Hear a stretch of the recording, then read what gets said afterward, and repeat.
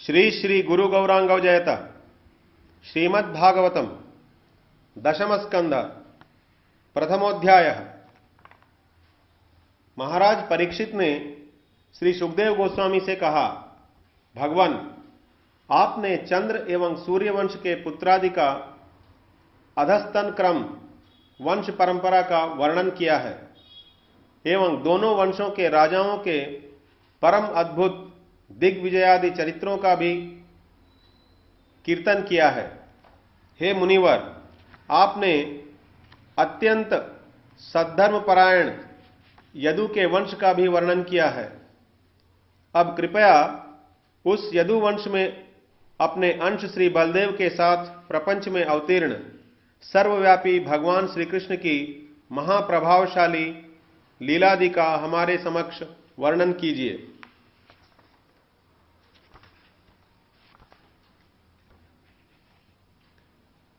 प्रेम दान के द्वारा समस्त प्राणियों का पोषण करने वाले एवं सबके अंतर्यामी भगवान श्री कृष्ण ने यदुकुल में अवतीर्ण होकर जिन जिन लीलाओं को किया, उनकी उस लीला चरितावली का हमारे समक्ष क्रम पूर्वक वर्णन कीजिए। उत्तम श्लोक श्री हरि का गुणानुकीर्तन श्रौत परंपरा से साधित होता है, अर्थात श्री गुरुमुख से श्रवण के बाद ही कीर्तित होता है। उन श्री हरि का गुण कीर्तन कृष्णेतर विषय तृष्णा से रहित मुक्त कुल के द्वारा यथायोग्य रूप से कीर्तित होता है। यह संकीर्तन मुमुक्षुओं के लिए भव रोग की अचूक औषधि स्वरूप है तथा रुचिपरायण भक्तों के लिए हृतकर्ण रसायन है। पशुघाती व्याध अथवा आत्मघाती अपराधियों के अतिरिक्त ऐसा कौन व्यक्ति होगा जो इस हरि कीर्तन से विमुख हो जाए।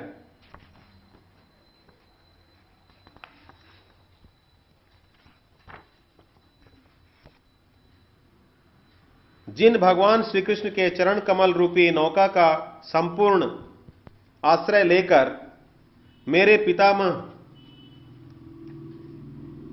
पांडव कुरुक्षेत्र युद्ध में देव विजयी अतिरथी भीष्मादि रूप तिमिंगलों से परिपूर्ण दुष्पार विपुल कौरव सेना रूप समुद्र को गोवत्स के पद बछड़े के खुर से बने गड्ढे की भांति तुच्छ मानते हुए पार कर गए थे, जिन श्री कृष्ण ने सुदर्शन चक्र धारण करके अपनी शरण में आई हुई मेरी माता के गर्भ में प्रवेश करके अश्वत्थामा के ब्रह्मास्त्र के ताप से दग्ध प्राय कुरु एवं पांडुकुल के वंश निदान स्वरूप मेरे इसी शरीर की रक्षा की थी।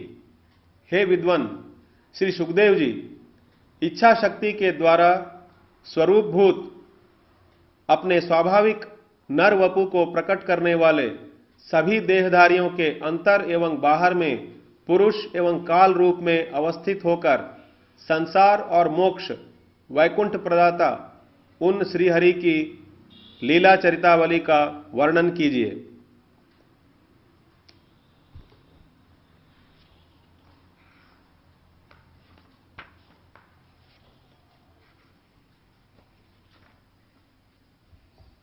हे सुखदेव गोस्वामी, आपने पहले बताया कि शंकरषण श्री बलराम रोहिणी के पुत्र हैं और उसके बाद में आपने वर्णन किया कि वे देवकी के गर्भ में प्रकटित हुए। किंतु हे प्रभो, देहांतर अर्थात देह परिवर्तन किए बिना एक ही देह से दो माताओं के गर्भ में जन्म ग्रहण करना किस प्रकार संभवपर हो सकता है। भगवान श्री मुकुंद किस कारण से पितृगृह श्री वसुदेव भवन मथुरा से व्रज नंदालय गोकुल महावन गए थे। भक्तों के परिपालक श्री कृष्ण ने ज्ञातियों, गोपों और यादवों के साथ कहां कहां पर निवास किया था।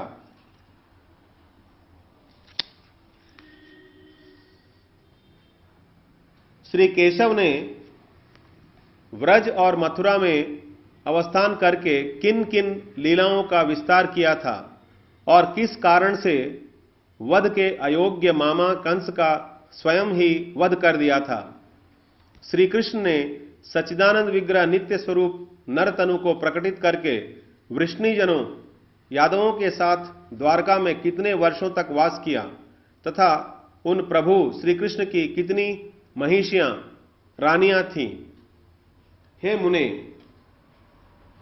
मेरे द्वारा पूछे गए इन समस्त प्रश्नों का एवं इनके अतिरिक्त मेरे द्वारा अन्यान्य जो कुछ पूछा नहीं गया उन समस्त कृष्ण लीलाओं का कृपापूर्वक मेरे समक्ष विस्तार से वर्णन कीजिए। मुझमें उन्हें श्रवण करने की विशेष श्रद्धा उत्पन्न हुई है।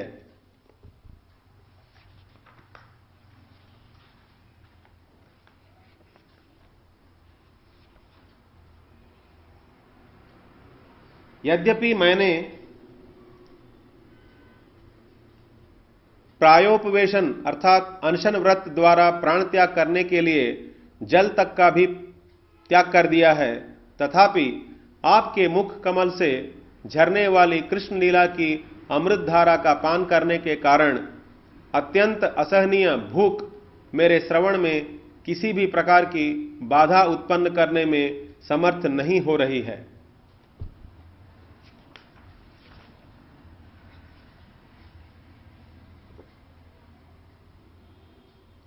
श्री सूत गोस्वामी ने कहा, हे भृगुनंदन शौनक, अनंतर परम पूज्य महाभागवत सर्वज्ञ शिरोमणि व्यासनंदन श्री सुखदेव ने श्री परीक्षित महाराज के इन अति उपयुक्त और युक्तिपूर्ण प्रश्नों को श्रवण करके उन्हें साधुवाद प्रदान करते हुए उनका सम्मान किया एवं कली के कलमश को नाश करने वाली श्रीहरि की लीला कथा को कहना प्रारंभ कर दिया।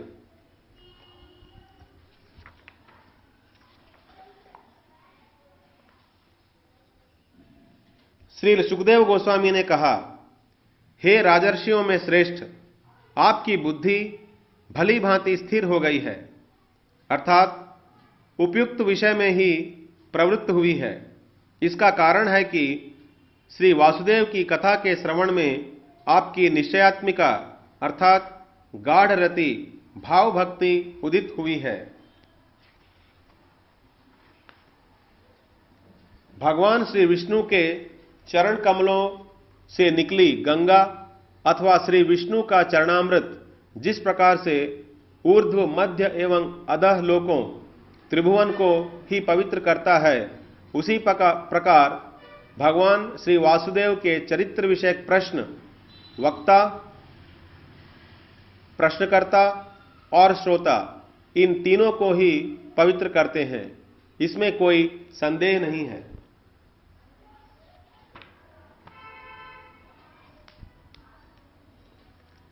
अभिमानी कपटी राजाओं का रूप धारण करने वाले दैत्यों और उनकी असंख्य सेनाओं के अत्यधिक भार से पीड़ित होकर पृथ्वी देवी ब्रह्मा जी के शरणागत हुई।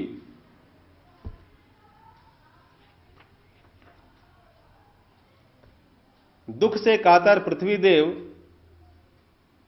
गाय का रूप धारण करके करुण स्वर से क्रंदन करते करते अश्रुपूर्ण मुख से श्री ब्रह्मा के समीप उपस्थित हुई तथा उन्हें अपने दुर्भाग्य की समस्त बात कह सुनाई। पृथ्वी के कष्ट का वृत्तांत सुनने के उपरांत ही श्री ब्रह्मा उसे अपने साथ लेकर त्रिलोचन शिव एवं अन्यान्य देवताओं के साथ क्षीर सागर के तट पर उपस्थित हुए। श्री ब्रह्मा ने क्षीर सागर के तट पर उपस्थित होकर स्थिर चित्त से जगतपालक देवताओं के भी पूज्य, शरणागत जनों के विघ्न विनाशक एवं समस्त अभिलाषाओं को पूर्ण करने वाले क्षीरोदकशाही पुरुषोत्तर की पुरुष सूक्त स्तव के द्वारा उपासना करने लगे।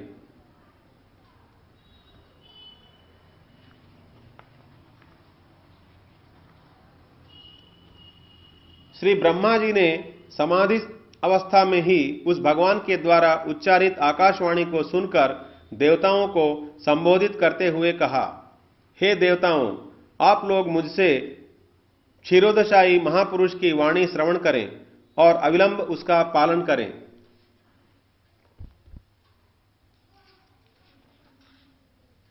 हमारे द्वारा निवेदन करने से पहले ही श्री भगवान पृथ्वी देवी के दुख को जान गए। वे समस्त ईश्वरों के पति अपनी काल शक्ति के द्वारा भूभार हरण करते हुए जब तक भूमंडल पर विचरण करेंगे अर्थात प्रपंच में प्रकटित रहेंगे, तब तक आप लोग भी भगवान के अंशभूत पार्षदों उद्धव, सात्यकी आदि के साथ यदुकुल में, कुरु आदि के कुल में पुत्र पौत्र आदि के रूप में आविर्भूत होकर उन भगवान के साथ ही अवस्थान करें।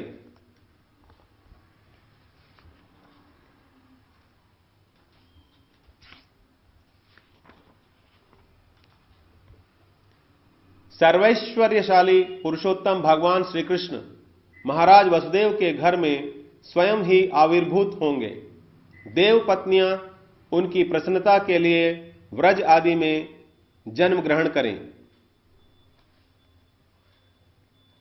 जो भगवान वासुदेव के प्रथम अंश प्रकाश विग्रह श्री संकर्षण हैं, देश काल और सीमादि से रहित होने के कारण जो अनंत नाम से कीर्तित हैं तथा जो अपने एक अंश से सहस्त्र मुख वाले शेष हैं, वे स्वतः प्रकाशित स्वयं मूल संकर्षण ही भगवान श्री कृष्ण की सेवा करने की इच्छा से उनसे पहले आविर्भूत होंगे।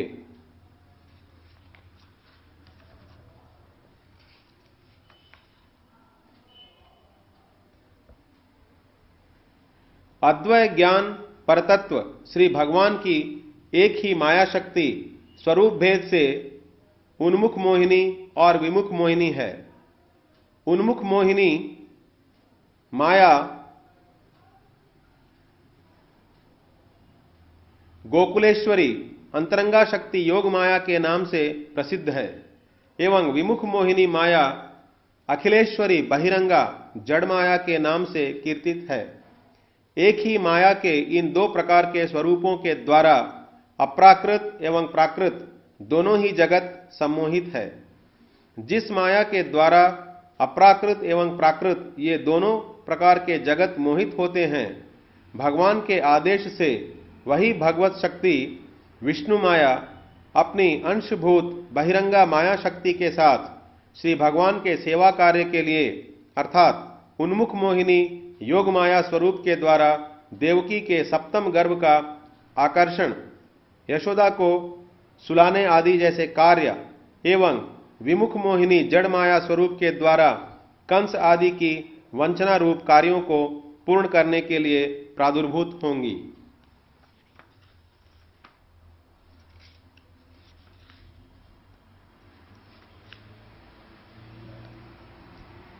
श्री सुखदेव गोस्वामी ने कहा, दक्षादि प्रजापतियों के भी पति ऐश्वर्यशाली श्री ब्रह्मा ने देवताओं को इस प्रकार श्री भगवान के अवतार से संबंधित आदेश सुनाया तथा पृथ्वी देवी को विविध वचनों के द्वारा सांत्वना देकर वे अपने परम धाम ब्रह्मलोक को चले गए। प्राचीन काल में यादवों के राजा शूरसेन मथुरापुरी में वास करते हुए मथुरा मंडल एवं शूरसेन नामक प्रदेशों का उपभोग अर्थात उन पर शासन करते थे। उसी समय से वह मथुरापुरी यदुवंशीय राजाओं की राजधानी के नाम से प्रसिद्ध हो गई। उस मधुपुरी में भगवान श्री कृष्ण नित्य विराजमान रहते हैं।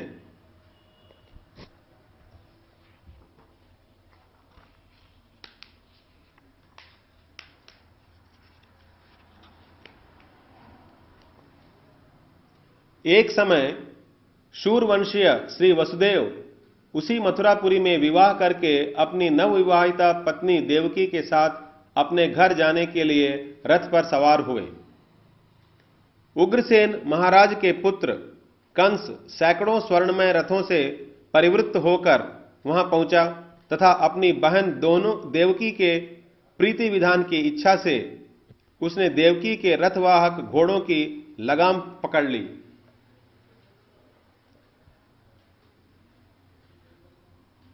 देवकी के पिता देवक अपनी पुत्री से अत्यंत प्रीति करते थे, इसलिए उन्होंने अपनी पुत्री का दामाद के गृह गमन के समय स्वर्ण की मालाओं से विभूषित 400 हाथी, 10,000 घोड़े 1800 रथ तथा विविध वस्त्र अलंकारों से परिशोभित 200 नवयौवन दासियां दहेज के उपहार स्वरूप में प्रदान की। हे वत्स परीक्षित, वर वधु की यात्रा के प्रारंभ में शंख, तुरही, मृदंग और दुंदुभी आदि सभी वाद्य यंत्र एक साथ मंगल ध्वनि करने लगे। कंस घोड़ों की लगाम पकड़कर रथ चला रहा था। उसी समय मार्ग में दैववाणी, आकाशवाणी उसे संबोधित कर कहने लगी, रे मूर्ख, तू जिसे रथ में बिठाकर ले जा रहा है, उसी का 8वां गर्भ तेरे प्राणों का संहार करेगा।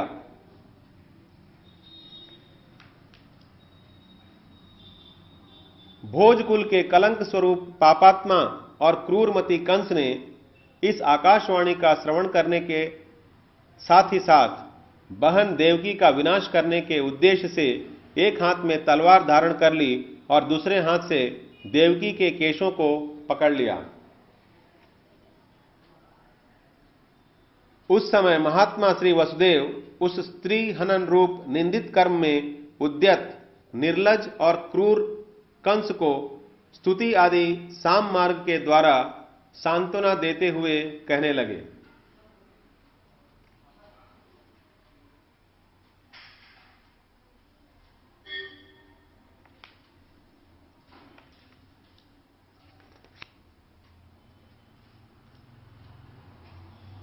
श्री वसुदेव महाराज ने कहा, हे कंस, तुम भोजराज वंश के गौरव स्वरूप हो। वीर पुरुष तुम्हारी गुणावली की प्रशंसा किया करते हैं। तुम्हारा जैसा गुणवान व्यक्ति अबला स्त्री जाति की, विशेषकर अपनी छोटी बहन के विवाहोत्सव के ही दिन कैसे उसका वध कर सकता है।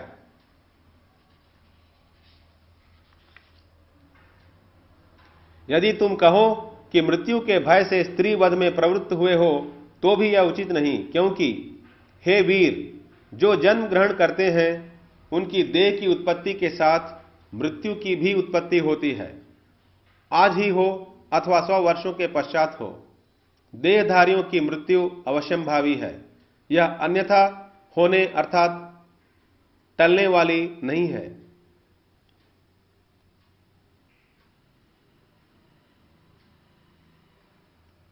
देह शरीर के पंचतत्व पांचभौतिक देह के पंच तत्वों में मिल जाने पर देही जीवात्मा कर्मवशतः बिना यत्न के ही दूसरे देह को प्राप्त करके पूर्व शरीर का परित्याग कर देता है। पांच भौतिक देह के पंच तत्वों में मिल जाने पर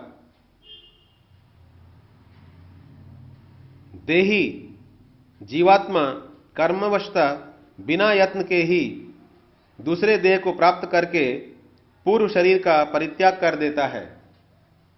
जिस प्रकार व्यक्ति चलते समय एक पैर को भूमि पर स्थापित करने के बाद ही दूसरे पैर को उठाता है, जिस प्रकार जोंक एक नए तृण को पकड़ने के बाद ही पहले पकड़े हुए तृण को छोड़ती है, उसी प्रकार देहाभिमानी जीव भी अपने कर्मों के अनुरूप शुभ या अशुभ किसी भी देह को ग्रहण करने पर ही पूर्व देह का परित्याग करता है।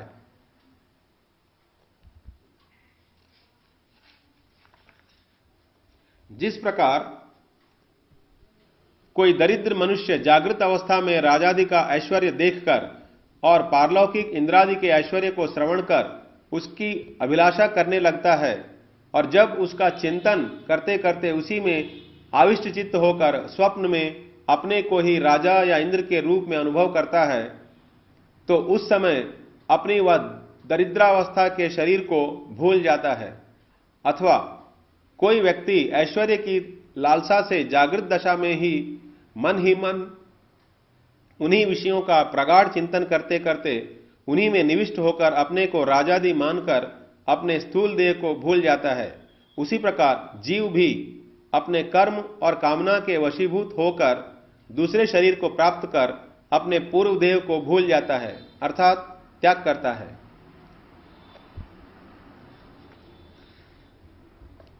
देहांतर के समय विकारात्मक अर्थात विविध प्रकार के संकल्पादि से युक्त चंचल मन फलोन्मुख कर्मों के द्वारा प्रेरित होकर माया के द्वारा विभिन्न देहों के रूप में रचित विभिन्न पांच भौतिक देहों में से जिस जिस देह के प्रति धावित होता है और अभिनिवेश वशतः जिस जिस रूप को प्राप्त करता है, वैसे मनोधर्म के वशीभूत होकर जीव उस देह और मन को ही मैं मेरा ऐसी बुद्धि अर्थात अभिमान के साथ दूसरा जन्म स्वीकार करता है।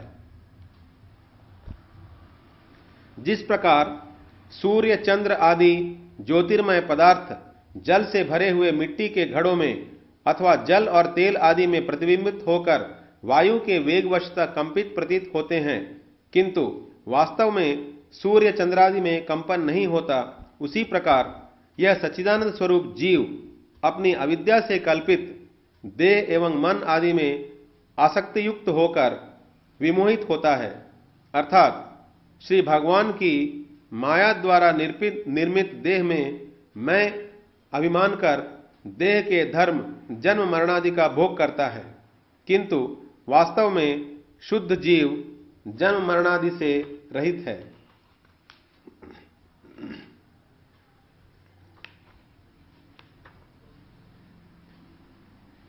अतएव जब असत कर्म ही अशुभ देह का कारण है, तब शुभाशुभ कर्माधीनता के विषय में जानने वाले मंगलकामी व्यक्ति को किसी के प्रति हिंसा नहीं करनी चाहिए, क्योंकि परद्रोही व्यक्ति के लिए इस लोक एवं परलोक में दूसरों से निश्चय ही भय की संभावना बनी रहती है।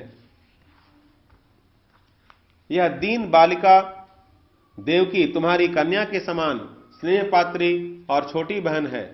तुम दीन वत्सल हो, अतएव इस निरपराधी वत्सला अर्थात अपने वात्सल्य की पात्री का वध करना तुम्हारे लिए उचित नहीं है।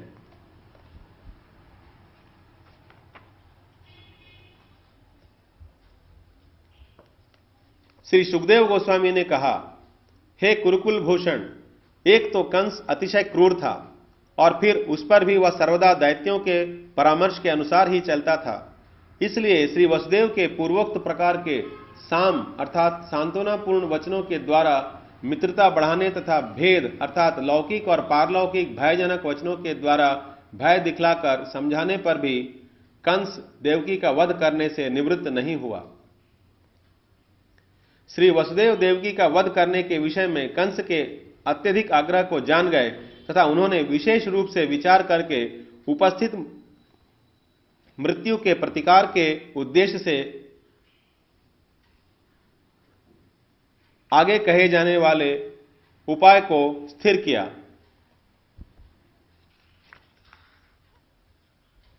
श्री वसुदेव ने विचार किया कि बुद्धिमान व्यक्ति को अपने बुद्धि एवं बल के रहते मृत्यु से रक्षा पाने के लिए प्रतिकार करना चाहिए। यदि पूर्वोक्त प्रणाली से प्रयत्न करने पर भी मृत्यु का निवारण न किया जा सके तो फिर देही शरीरधारी जीव का कोई अपराध नहीं होता है। मैं मृत्यु रूपी कंस को अपने सारे पुत्रों को समर्पित करने की प्रतिज्ञा करके इस समय इस दीन पत्नी की रक्षा कर लूं। यदि मेरी पत्नी के पुत्र उत्पन्न होने से पहले ही कंस की मृत्यु हो जाती है तो सब प्रकार से मंगल ही होगा। यदि मेरे पुत्र का जन्म हो और कंस भी यदि स्वतः मृत्यु के कवल में कवलित नहीं होता है तो क्या मेरा पुत्र उसका विनाश नहीं कर पाएगा? क्योंकि विधाता के विधान को टालने का सामर्थ्य किसी में नहीं है। अतः अभी पुत्र दे दूंगा, इस प्रकार की प्रतिज्ञा करने से उपस्थित मृत्यु को रोका जा सकता है। बाद में यदि पुनः इसकी मृत्यु होती है तो इसमें मेरा कोई दोष नहीं होगा। जिस प्रकार अदृष्ट के अतिरिक्त लकड़ियों के अग्नि के साथ संयोग और वियोग का अन्य कोई भी कारण नहीं है, अर्थात वन अथवा ग्राम में आग लगने पर दहन करते करते वह अग्नि कभी कभी समीप में स्थित लकड़ी या ग्रहादि को छोड़कर दूर में स्थित ग्रह अथवा वन को जला डालती है। इसका कारण जिस प्रकार दैव के अतिरिक्त और कुछ नहीं है, उसी प्रकार देही जीवात्मा का भी देह के साथ संयोग और वियोग का अदृष्ट के अतिरिक्त अन्य किसी कारण को स्थिर करना दुस्साध्य है। श्री वसुदेव का जितना ज्ञान था उसके अनुसार उन्होंने इस प्रकार विचार किया एवं बहुत सम्मान प्रदान करते हुए उस पापात्मा कंस का समादर किया। श्री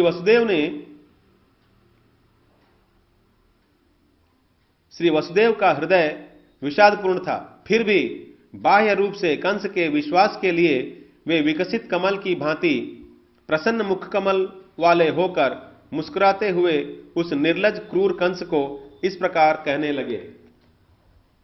श्री वसुदेव ने कहा, हे सौम्य, पूर्व में सुनी गई आकाशवाणी ने जैसा कहा है उसके अनुसार इस देवकी से निश्चय ही तुम्हें कोई भय नहीं है। जिससे तुम्हारा भय उदित हुआ है उन देवकी के पुत्रों को मैं तुम्हारे हाथों में सौंप दूंगा।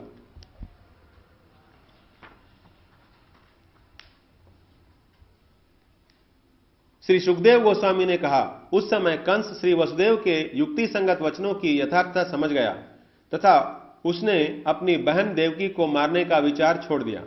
श्री वसुदेव भी उसके प्रति संतुष्ट हो गए तथा कंस की प्रशंसा करने के उपरांत उन्होंने अपने घर में प्रवेश किया।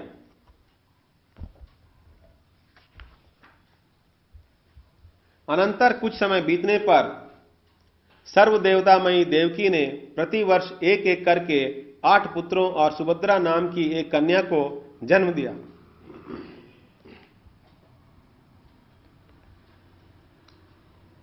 प्रतिज्ञा भंग रूप असत्य के भय से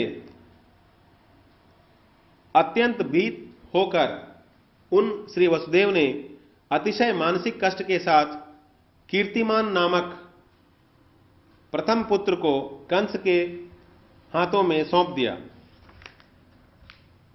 सत्य प्रतिज्ञ साधुओं के लिए कौन सा कार्य असहनीय होता है? जो भगवान को एकमात्र वास्तव वस्तु जानते हैं उन्हें फिर अन्य किस विषय की अपेक्षा रह सकती है? जिनका स्वभाव निंदित है उनके लिए अकरणीय कुछ भी नहीं है, और जिन्होंने भगवान को अपनी आत्मा समर्पित कर दी है वे किस वस्तु का परित्याग नहीं कर सकते? हे महाराज परीक्षित, कंस श्री वसुदेव के समत्व अर्थात शत्रु और मित्र के प्रति समान दृष्टि तथा सत्य में उनकी ऐसी पूर्ण निष्ठा का दर्शन कर संतुष्ट हुआ तथा उसने मुस्कुराते हुए इस प्रकार कहा, हे वसुदेव, अपने इस पुत्र को वापस ले जाइए, क्योंकि मुझे आपके इस प्रथम पुत्र से कोई भय नहीं है। आकाशवाणी के अनुसार आपके 8वें पुत्र से ही मेरी मृत्यु निर्दिष्ट हुई है। श्री वसुदेव ने तथास्तु कहकर पुत्र को लेकर अपने भवन की ओर प्रस्थान किया, किंतु श्री वसुदेव उस अजितेंद्रिय क्रूर कंस के वचनों पर विश्वास स्थापित नहीं कर पाए।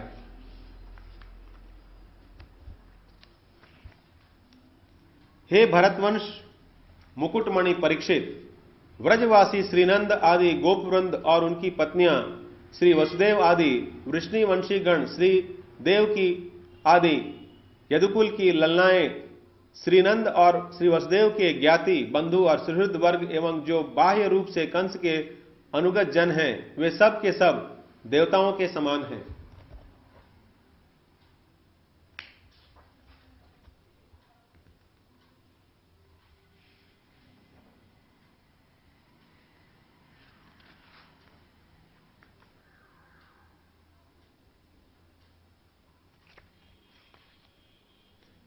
भगवान के अभिन्न विग्रह भक्त प्रवर श्री नारद ने एक समय कंस के समक्ष उपस्थित होकर उपरोक्त रहस्यपूर्ण बातों को प्रकाशित किया।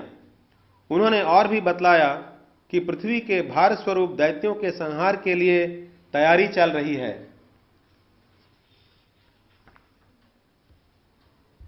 जब देवर्षि नारद चले गए तब कंस को यह दृढ़ निश्चय हो गया कि सभी यादव लोग देवता हैं।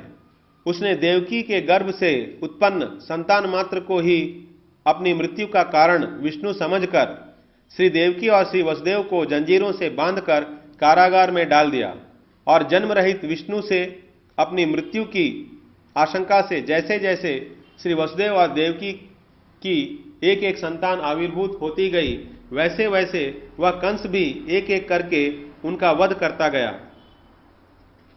इस पृथ्वी पर प्रायः भोग लोभ ग्रस्त आत्मेंद्रिय तर्पण में रत राजा अपने माता पिता भ्राता और सभी सुहृदों का विनाश किया करते हैं।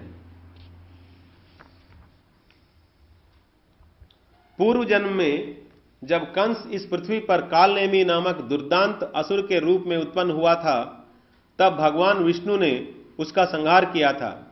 कंस ने इस बात को देवर्षि नारद से जानकर यदुवंशियों से घोर विरोध ठान लिया।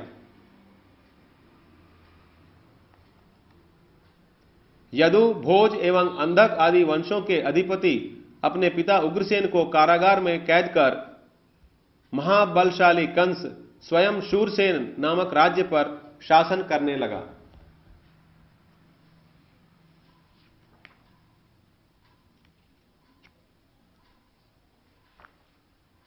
जय श्री गुरु गौरांग गांधर्विका गिरिधारी की जय।